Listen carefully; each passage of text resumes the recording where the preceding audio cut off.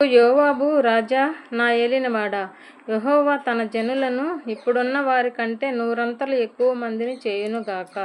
వారందరూ నా ఏలినవాని దాసులు కారా? నా ఏలినవానికి ఈ విచారణ ఎలా? ఇది జరగవలసిన హేతువేమి? జరిగిన ఎడల ఇజ్రాయేలీలకు శిక్ష కలుగును అని మనవి చేసెను.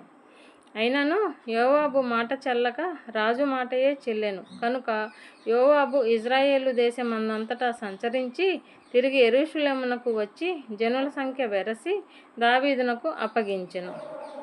ఇజ్రాయేలీలందరిలో కత్తిదూయువారు 11 లక్షల మందియు, యూదావారిలో కత్తిదూయువారు 4,70,000 మందియు సంఖ్యకు వచ్చిరి.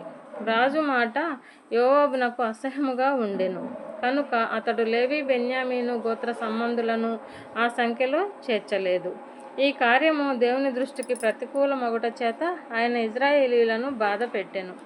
దావీదు, నేను ఈ కార్యము చేసి అధిక పాపము తెచ్చుకొంటిని. నేను మిక్కిలి అవివేకముగా ప్రవర్తించి తిని.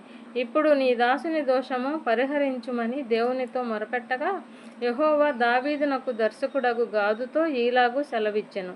నీవు వెళ్ళి దావీదుతో ఇట్లనుము, యెహోవా సెలవిచ్చినది ఏమనగా, 3 విషయములు నేను నీ ఎదుట నుంచుచున్నాను. వాటిలో ఒకదానిని నీవు కోరుకొని ఎడల దాన్ని నీకు చేయుదును. 3 ఏండ్ల పాటు కరువు కలుగుట, 3 నెలల పాటు నీ శత్రువులు కత్తిదూసి నిన్ను తరుమగా నీవు వారి ఎదుట నిలవలేక నశించిపోవుట, 3 దినముల పాటు దేశమందు యెహోవా కత్తి అనగా తెగులు నిలుచుట చేత యెహోవా దూత ఇజ్రాయేలీల దేశమందంతటా నాశనము కలుగజేయుట అను వీటిలో ఒకదానిని నీవు కోరుకొనుమని యెహోవా సెలవిచ్చుచున్నాడు. కావున నన్ను పంపిన వానికి నేను ఏమి ప్రత్యుత్తరం ఇయ్యవలెనో దానిని యోచించుము. అందుకు దావీదు, నేను మిక్కిలి ఇరుకులో చిక్కి ఉన్నాను. యెహోవా మహాకృప గలవాడు. నేను మనుష్యుల చేతిలో పడక ఆయన చేతిలోనే పడుదునుగాక అని గాదుతో అనెను. కావున యెహోవా ఇజ్రాయేలీల మీదికి తెగులు పంపగా ఇజ్రాయేలీలలో 70,000 మంది చచ్చిరి. యెరూషలేమును నాశనము చేయుటకై దేవుడు ఒక దూతను పంపెను.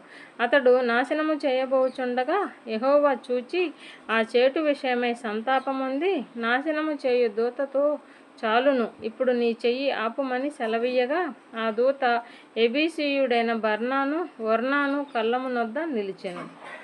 దావీదు కన్నులెత్తి చూడగా భూమి ఆకాశముల మధ్యను నిలుచుచు వరదీసిన కత్తి చేత పట్టుకొని దానిని యెరూషలేము మీద చాపిన యెహోవా దూత కనబడెను.